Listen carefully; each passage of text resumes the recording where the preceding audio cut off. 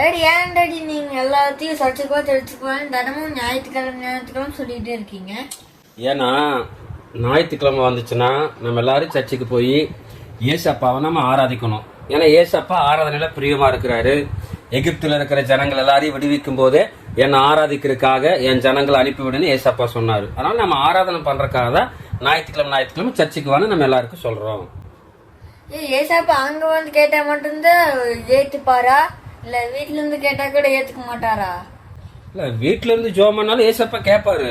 ஆனா ஆராதனை அப்படின்னு சொல்லும் போது பழைய ஏற்பாட்டுல ஆண்டவர் 10 கட்டளையில ஒரு கட்டளை சொல்லியிருக்கிறாரு, ஓய்வு நாள பரிசுத்தமா ஆசரிக்கணும் அப்படின்னு சொல்லி சொன்னது மாத்திரமல்ல, ஏசப்பா வாழும்போது கூட நீங்க பாத்தீங்கன்னா மத்தேயு, மார்க்கு, லூக்கா, யோவான்ல எல்லாம் அந்த ஓய்வு நாள் வரும் பொழுது அவர் நேரா ஜெபாலயத்துல போய் என்ன செய்வாரு, ஆண்டுடைய வசனத்தை பத்தி போதிப்பாரு. அவரு ஆண்டவர் ஆராதிக்கிறார். அதனால ஏசப்பா நமக்கு ஒரு முன்மாதிரியை காட்டிட்டு போயிருக்கிறதுனால நம்மளும் கட்டாயம் ஞாயிற்றுக்கிழமை நாள்ல ஆண்டுடைய பாதத்துல போய் அவரை ஆராதிச்சாதான் நமக்கு அது ஒரு ஆசீர்வாதம். அவருடைய நாமமும் அதுல மகிமைப்படும். நம்ம ஏசப்பா வார்த்தைக்கு கீழ்படுகிறோம்னு அப்பதான் அர்த்தம்.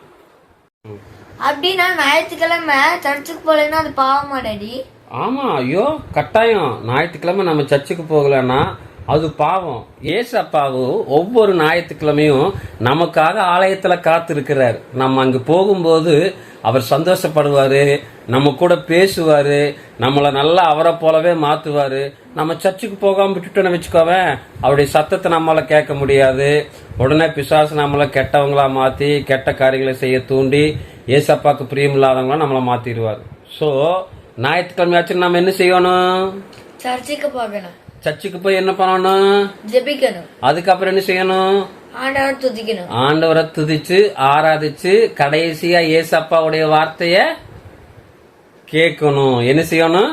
கேட்கணும். ஏசப்பா வார்த்தையை கேட்டு அதன்படி நடக்கணும். ஞாயிற்றுக்கிழமை சண்டே சர்ச்சு மிஸ் பண்ணலாமா?